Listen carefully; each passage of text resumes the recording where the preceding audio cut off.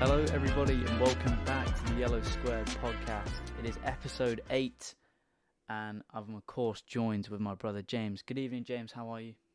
Yes, hello everybody. I'm very well. How are you, mate? You good?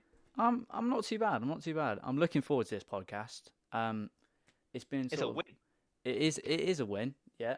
And the main sort of bulk is a really interesting topic. So I don't know how you feel about it, but I'm looking forward to going into a bit of a deep dive on the academy. But Mm. like you said, it was a win at the weekend. A win, a win. Maybe not the Well, yeah. most convincing win, but Yeah, you can't deny it. 3 it points were added and a clean sheet. So and a clean sheet. yeah, I don't know what you thought of the game, but I'll let you kick things Well, off, James. yeah. I think we're alluding to it, aren't we? Yeah, it was a 2-0 win, and I think it was genuinely one of those championship games that could could have gone either way. Yeah, I would probably describe it as unconvincing, really. I think yeah, the the main takeaway that I had watching it uh, was again, it was just relying on individual moments, mm, really. I don't think we looked cohesive going forward particularly. But that said, we started well, and again we got an early goal from a good intent, a high intensity start. mm, Yes, it was a bit unlucky. I know Tommy Mooney and John Marks on the commentary on the TV said that they thought the defender would clear it, but I'm not convinced. I think João Pedro's cross come shot might well have been tapped in regardless by yeah, Davis. yeah, So I think we deserved it. It was well worked from a free kick mm, perspective, mm, mm. um, and it was a good goal. And then really, Bristol City looked actually pretty good. I thought they played quite well. They pressed Yeah, quite yeah, high, and they definitely caused us a lot of problems. But I suppose with that, you've got to say we defended really well. mm, And mm, I think um, special credit has to go to the defence, and we're going to speak obviously about Ryan Andrews in a little bit more detail. yeah, But he was rightly awarded the man of the match, in my yeah, opinion, yeah, yeah, mostly mostly because it's not very often that you get the opportunity to recognise a home debut that was so accomplished as it yeah, was. yeah, He looked comfortable in the Coventry game, but he looked really comfortable mm, on Saturday afternoon, mm, and looked um, very capable at this level. Hoot and Porteous were absolutely fine, and Kamara again, I would say, was fine, um, mopping up where needed and defending well. And I think you do actually have to tip a hat to Dan Bachman for his performance coming back into the side, yeah, having been suspended. We've spoken about how disappointing his sending off was, yeah, not just for the incident itself, but for the wider context that it sat within. So for him to come into the side and play as well as he did as a shot stopper. I'm not going to get involved in that argument just yet, but it made some really good saves and actually some pretty important saves mm, in the game to keep the clean sheet. So whilst I said it was a bit of an unconvincing win, it might have just been the win that the side needed to get a little bit of belief back in them. So you're not going to turn your nose up at it. no, Um, and remarkably, we're still um, only 4 points now off the off the playoff yeah, spots. it But is we're not, crazy. we're not going there. We're Yeah, not going there yet. But no, no, somehow we're still in with a shout. With Cardiff to play in the week. yeah. Well, Yeah, that was my take, mate. yeah, I completely agree, to be honest. I thought it was sort of a mid-table championship game. Either Yeah, team could have yeah, won it. Bristol City had a lot of chances. yeah. It was nice to see that, like you said, like Dan Bachman came back in, and he got himself in, the EFL Team of the Week. So Mhm. I thought he had Yep. a really good game. Kept us in it at certain points.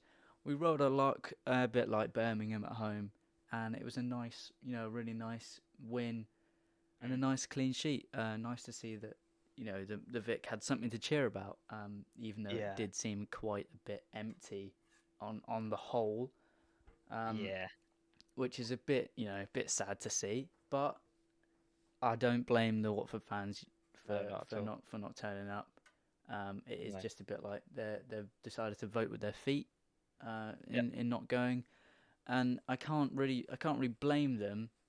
I mean, I listened to the guys from the Rookery end say it like the people who are going now. It's not like it doesn't feel it's not like a chore, but you do it because you're a Watford fan. So those kind of fair weather Yeah. fans Yeah. and people who go for some good football aren't really going to turn up when it's sort of like this.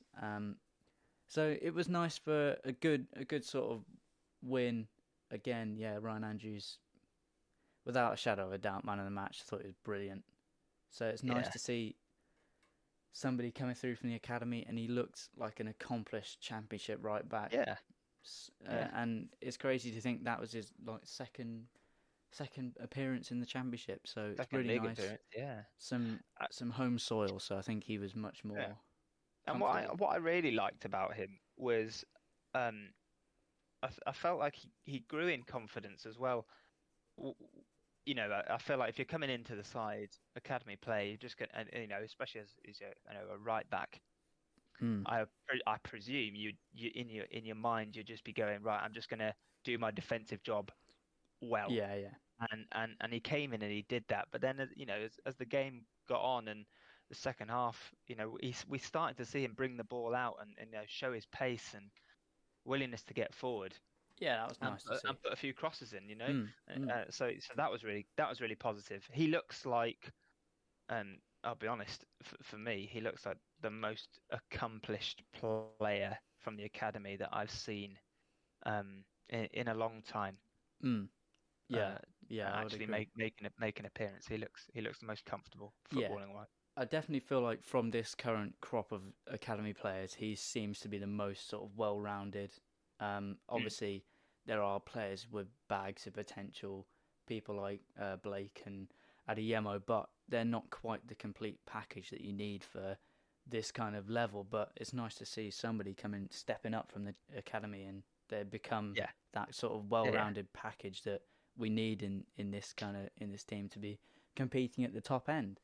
But no, it was unbelievably nice to have a win on a Saturday at 3 o'clock. Yep. A rarity Yeah, for Watford. yeah, So yeah.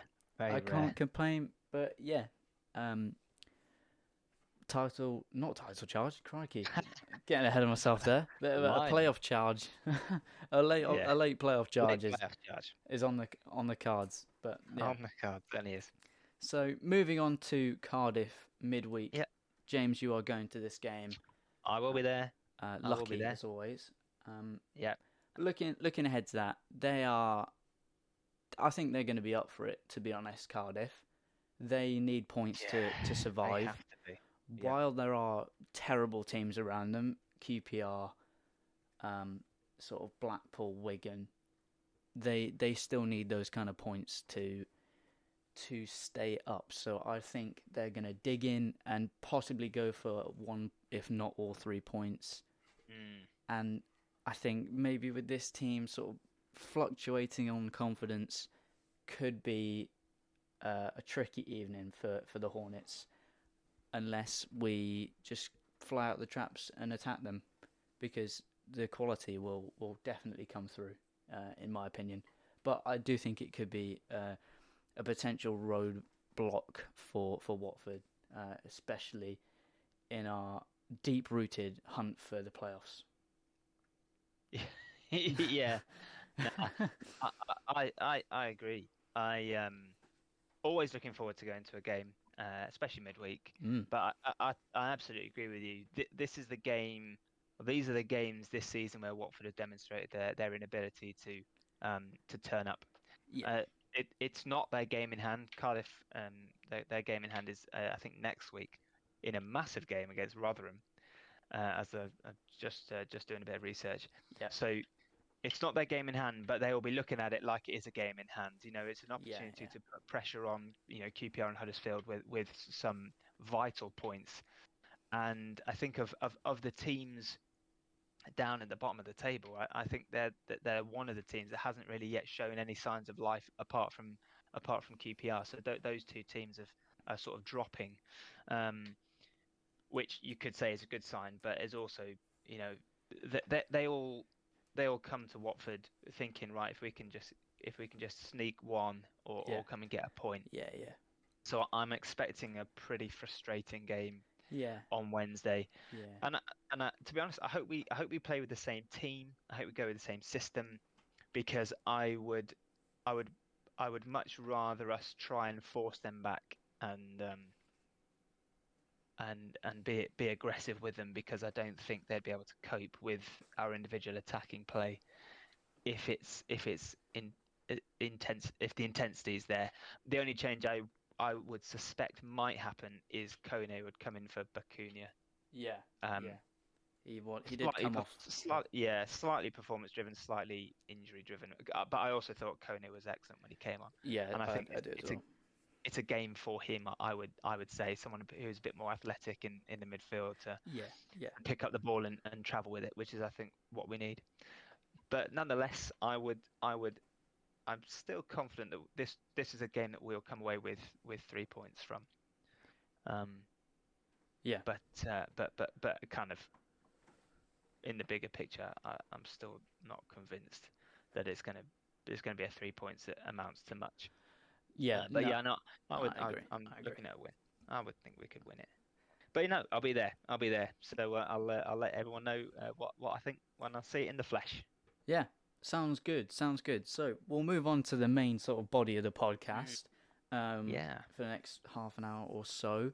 Um, but it is a bit of an academy deep dive. So we've known that Watford isn't particularly known for their sort of sparkling academy that comes through into In first team recent football. history. In recent In history, recent history. I will say Yeah. in recent history, Yeah. particularly under the Pozzos. Yep. But it's been interesting to see this season. I don't know how you feel, James, but I think it's been interesting this season that when we've had those injuries, that we were actually able to call upon those in the under 21s, the under 18s, and they came forward, they took their place, and quite a few of them were, more than capable at this level and really stood up and were counted.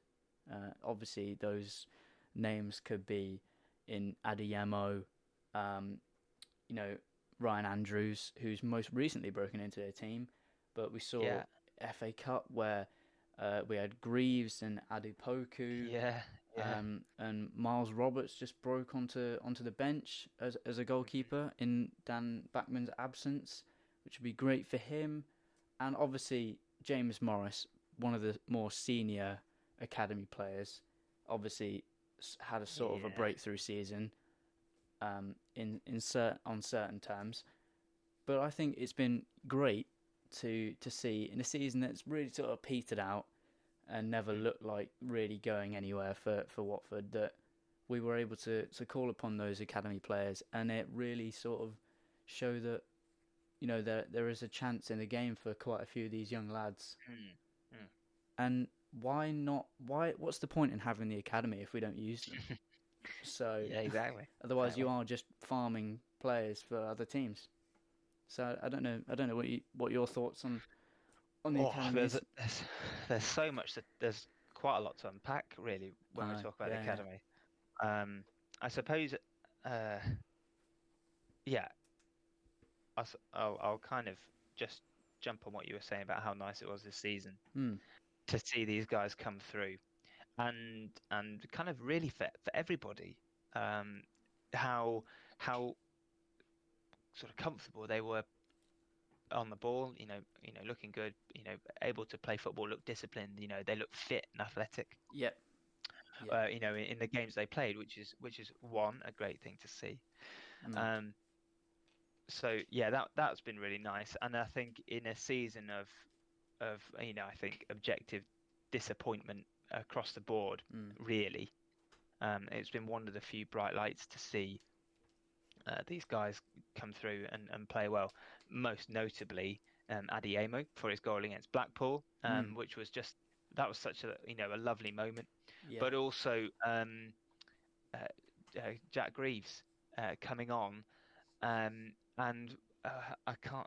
Um, I should have done it done a bit more research on this one. Apologies, everybody. But he's the great grandson of a former Watford player, so that was really nice for him to come on and sort of complete that Watford story for the family. So Yeah. there's been a Yeah. lovely few sort of narratives going through the season with the academy.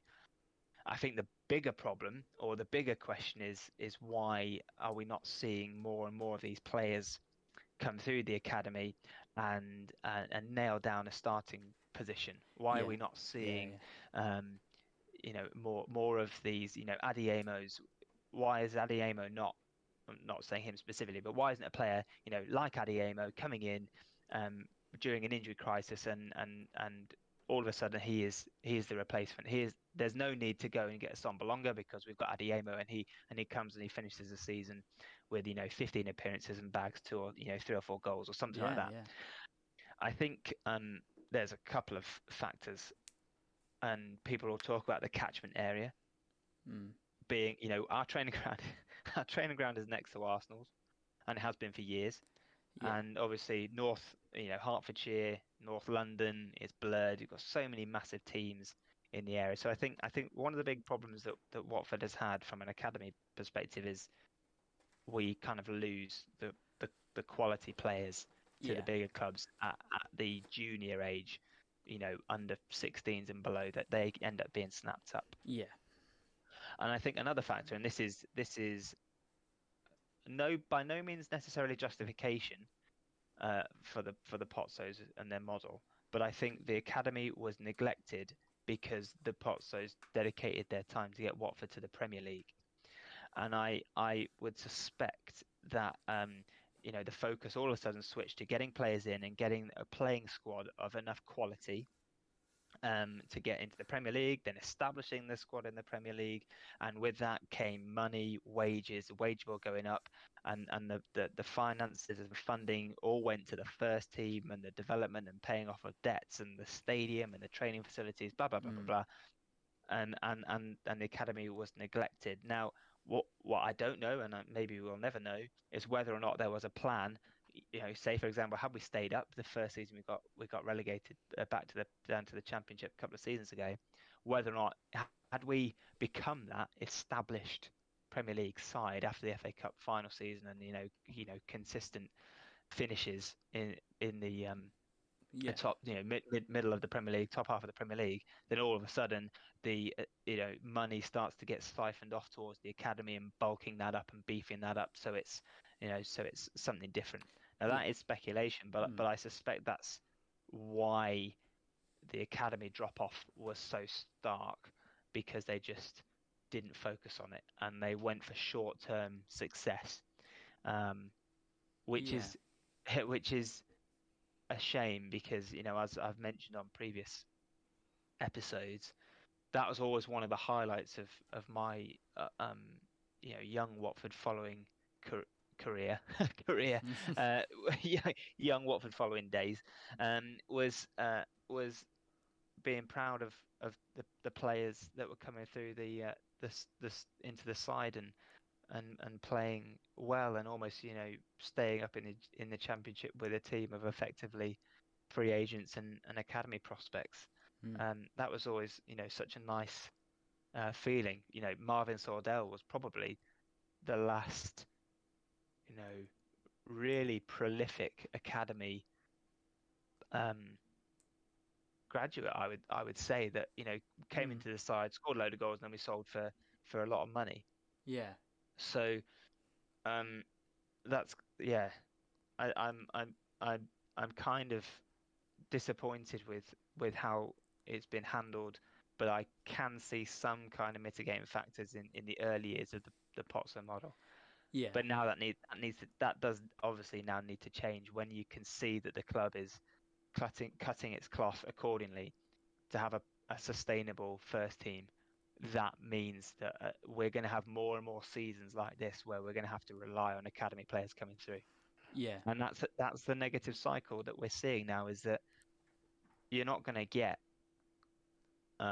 players to stay on, players to re-sign deals. Looking at Blake at this one, Adrian Blake, you're not going to get players to sign on, and because there's no player pathway there for them, because they don't Yeah, believe yeah, that they're going to be given the opportunity to play, 50 games or so, and then get a deal elsewhere. And hopefully that would change. And we don't know what Ben Manga um, and Costa are going to be like with their model. But if Ben Manga is in charge mm, of all footballing operations, as has been suggested recently, he's going to have an eye on the academy because he's going to want to see what's coming through. Um, yeah, I suppose that was a bit of a long-winded way of saying it's not in the best shape at the moment, yeah. and it's disappointing from my perspective, and something needs to be done about it.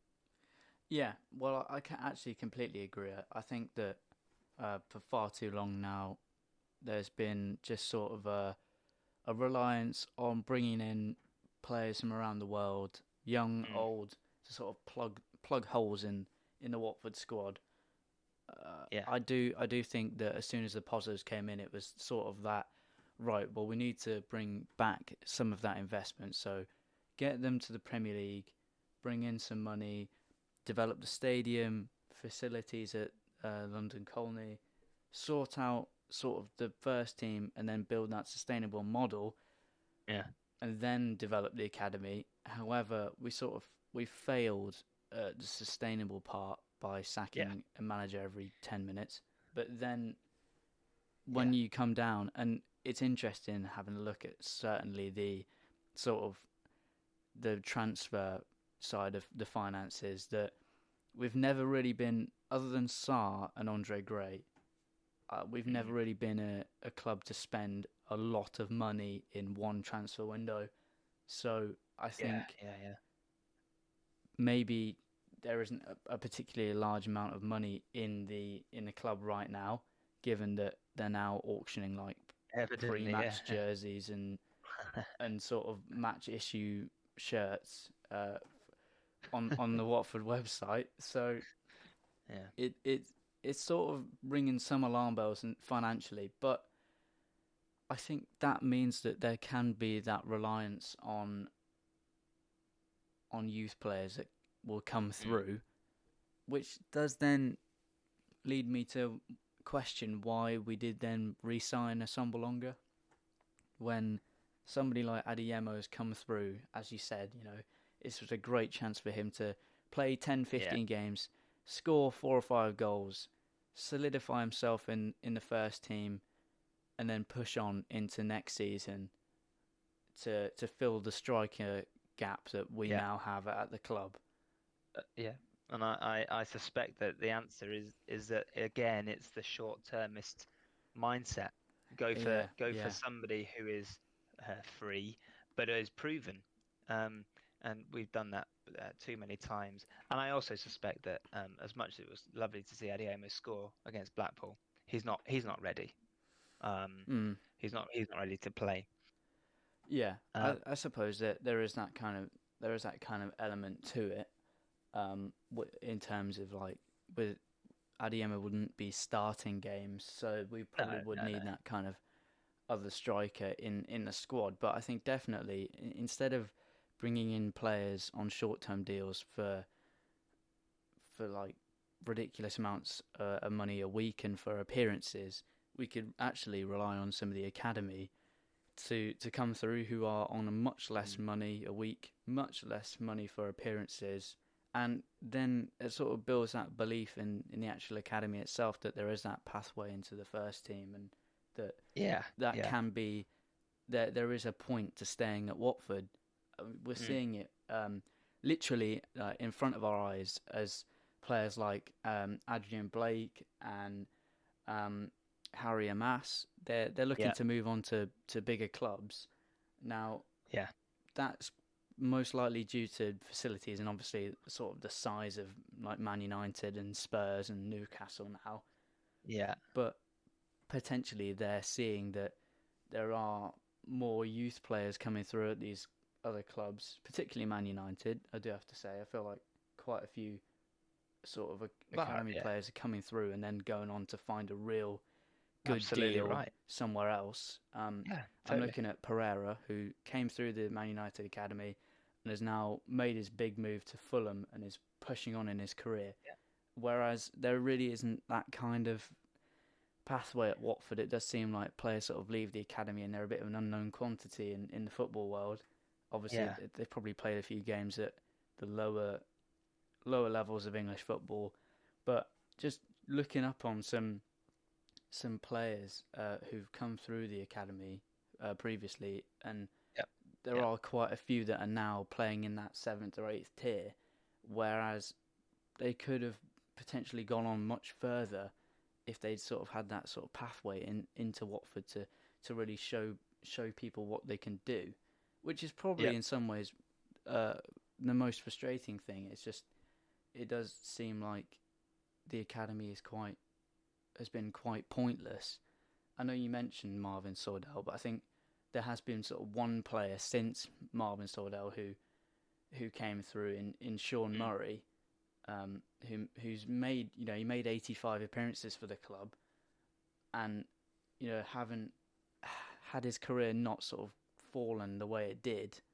I Yeah. can't particularly remember the reasonings, but he, Wow. especially in Yeah. 2013-14, he was looking like a real sort of set centre mid in that Well, Watford team that was yeah. scoring a few goals here and there, and really solidifying his place, which is No, I potentially want, well, no, I think, but that's also really interesting that you bring up um, seventh and eighth tier is kind of where Watford Academy players seem to kind of end up. And you look at, you mentioned Sean Murray, um, for his career fell away. Marvin Sordell, for a variety of reasons, anxiety and mental health issues, his career fell away. But you talk about, sort of the big clubs, Manchester United being, Manchester United, Liverpool, these ginormous clubs mm, producing these players that go on to have careers in the football league.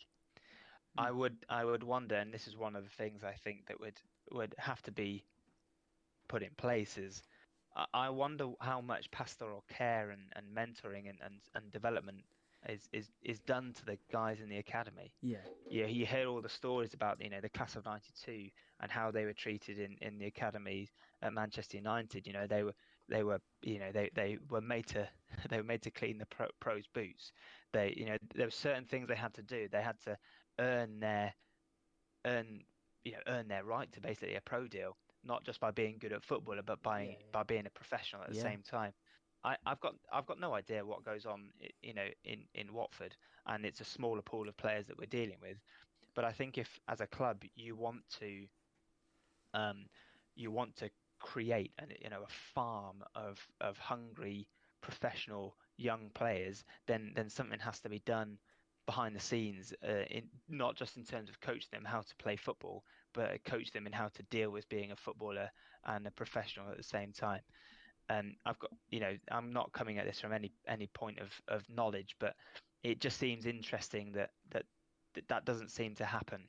mm, We don't seem to get enough of these players that have appeared, and it's a remarkable streak of you know drought, I guess, in terms of kids coming out of our academy to go onto the first team, yeah, or indeed onto professional football, writ yeah, yeah, large.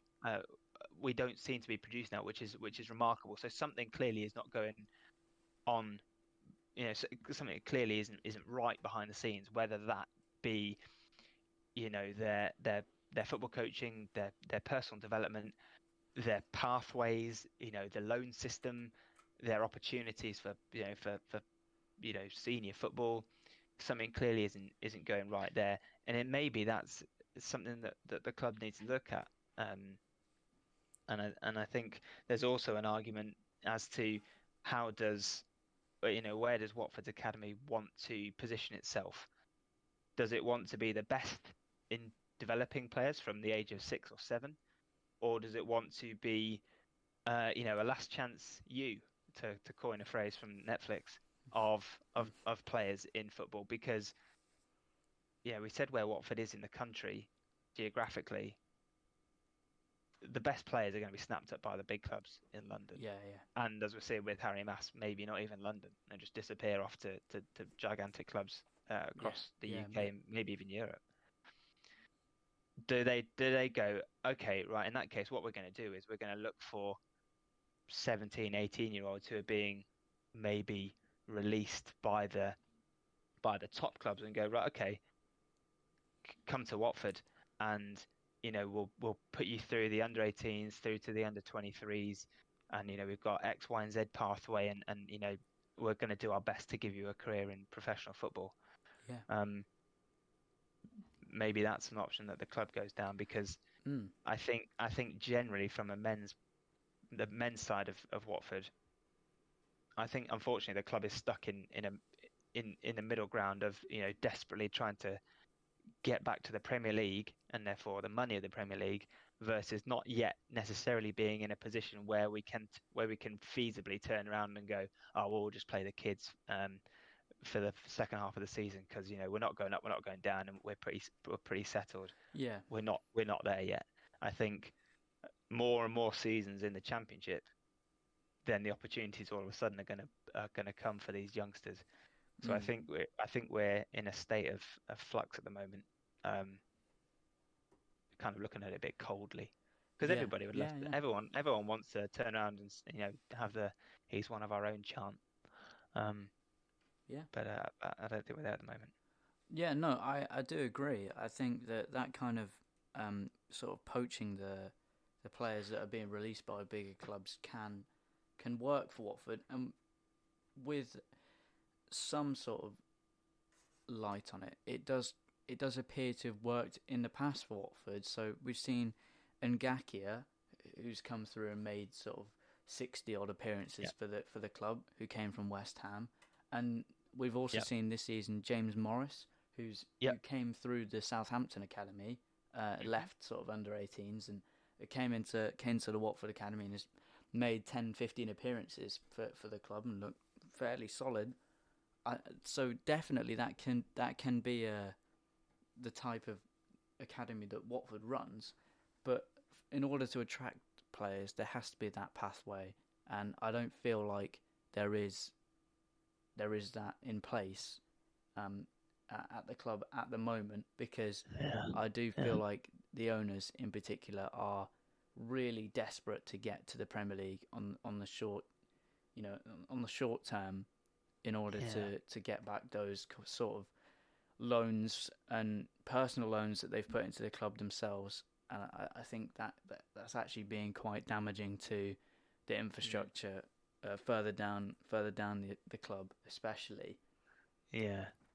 And also it looks like there's been this model for quite a long time of going to South America Mm, to snap up young players, um, in the hope of turning a profit, which, hey, that actually has worked. That's yeah, the one yeah, yeah, part of the Pozzo model which has worked.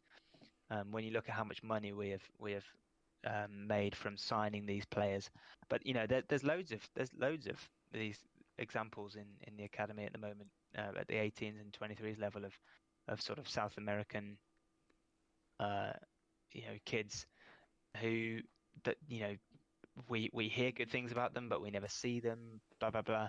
So that's a sign that, again, looking for homegrown talent and bringing players, kids through the ranks is just not a priority, and that needs to change. yeah. And obviously, this sort of South American model does work incredibly well. We made Richarlison and moved him on. We're in the Mm. process of building João Pedro, and he will move on this summer. And then it'll be Espria Yeah, that takes that role, and then we yeah, we build him and he moves on. So that kind of model is definitely working yeah. really well.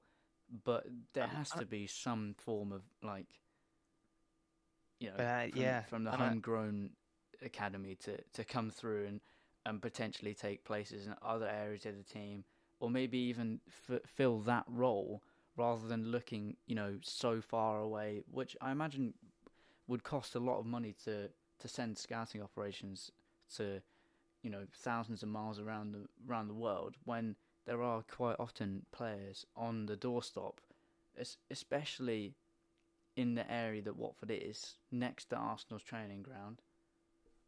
Yeah, There can be those absolutely. homegrown players that fill that role, and you don't need to go to South America or Yeah. wherever they go to get these players. So I think there's Mm. definitely got to be that sort of progression into the first team, but notably further down into the academy, using the area to our advantage, and also feeding off players that have been released and then developing them in a way to move them into the first team. But like you said, there probably has to be a couple seasons in the championship where we can find the level and develop players to meet that level, and then there's a sort But of, yeah, well, yeah, uh, here's a few kids that can step into the first team and see out the season. yeah, and I think that yeah, I think that latter point, it will be symptomatic of a Watford fading away, which obviously we don't want Yeah, yeah, obviously at not. all. But I think it all has to be complementary. I think if I was to kind of put bullet points against, you know, if you put me in charge of the academy, what would I do? I think just the kind of the key points for me would be, number one, focusing on the development of footballers as individuals, not just as technical players.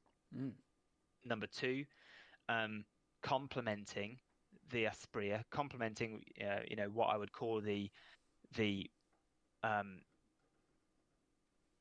the money for complementing the player who you are signing, because they've got a future. You're going to buy them for a couple of £1 million, but you're going to sell them for 30 to 40. So yeah. that has to stay part of the model, whilst it's not necessarily part of the academy per se. It's part of the youngster development. So Mm, complementing that with going to find improving your catchment, and really trying to bring people into the club, and that comes with my third point being the player pathway. That needs to be cleared up. It doesn't seem like that has been the case for a long time. So a clear player pathway, be that loan to loan to loan to first team, mm, for example, but that is clearly defined, and that is communicated. And as a side note, if as we spoke about Ben Manga being in charge of footballing operations, if that is the case, then a clear playing style, and we're starting to find players to fit the positions and blah blah blah, and the whole thing sort of builds off itself. And the fourth point is, not be afraid to give youngsters more minutes in the first team now, yeah, yeah. um, because that's so important. And then the last point is, I would start to they need to make a decision as to what we've said, as to what kind of an academy are we going to be. Yeah. Be that they take kids from 7 years old to through to first team, or are we going to go and try and poach off the big academies? I don't know the answer to that, but I think they need to make a decision Yeah, and just go with that. yeah. So yeah, those would be my points for if I took over the academy. That's N- what I would do. No, I couldn't agree more. I just think there definitely has to be that kind of decision made Yeah, to just sort of put people's mind at rest. It does feel yeah, like a lot of fans are sort of in the dark about the academy. What's it there for? What does it produce?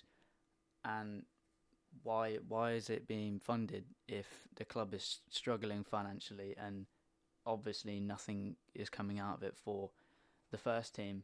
So I do think that decision yeah. has to be made, but whether it will or not, we don't know as of yet. But that could be asked to Mr. Pozzo in the summer Yeah. at the fan meeting, which obviously will be very interesting to hear. So I'm not sure if you had any other sort of points about the academy you did want to go through, James.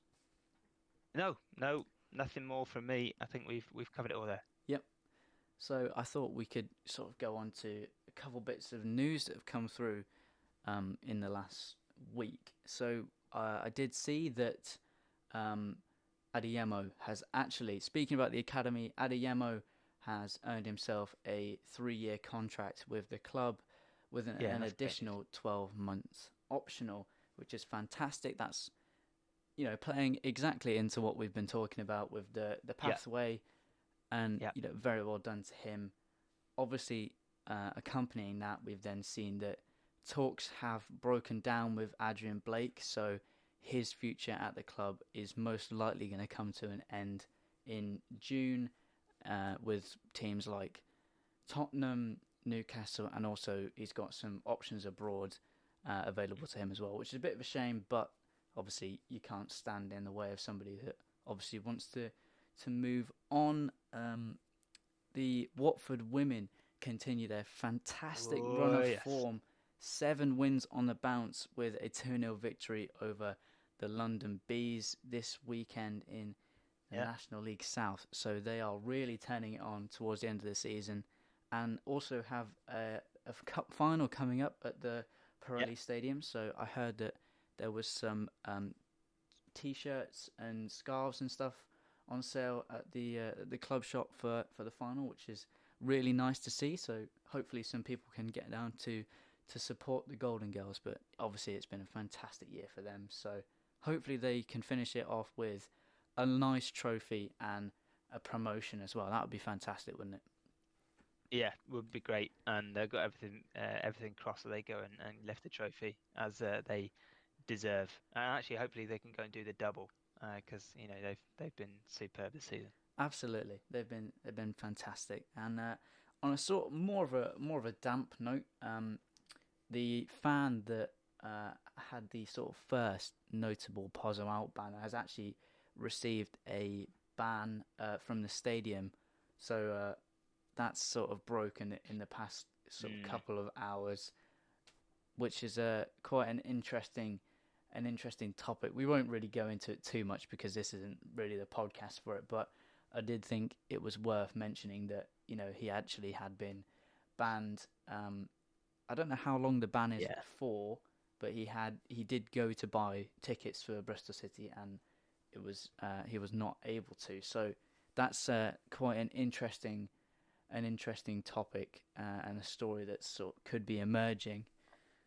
But I really didn't want to end it on sort of a negative note like that. But that was just sort of the last bit of news that came to my head from Watford this week. But I do have to well, say, yeah, there is one bit of positive news. Then I think if I can of counter, and course, that go on. was Andrew French's wonderful article, basically saying Nathan Jones was there because the club gives out tickets to quote footballing people, and he shouldn't, and he's not necessarily been there to meet with Duxbury for the job in the summer as we That expect is, Wilder to leave, which I think is the best news of all. yeah, Um, yeah, yeah. yeah, so we can hopefully take some pride in the fact that that idiot isn't going to be in the dugout Mm. in August. Now Yeah. that's going to get clipped, isn't it? Yeah, as we see in the Luton preview, that's going to historically go badly wrong. But it is nice that whenever he's at Vicarage Road, Watford do win. So it's nice Yeah, to see that run still goes on. Um, so, yeah, but another great podcast. So thank you very much if you have listened to this point. Again, we have to say a massive thank you for all the support. Um, we've just been seeing the numbers explode recently, and we're really grateful that this is reaching the right audience, and people are interested in sort of two bumbling idiots discuss the club that we love. So thank you very much for listening. If you did enjoy, please do subscribe, drop a like on the video, and leave a comment if you agree or disagree with any of the yeah. comments raised in this week's pod. But on the whole, thank you very much for listening, and we'll see you again very soon. Take care, guys. Cheers, guys. Thank you.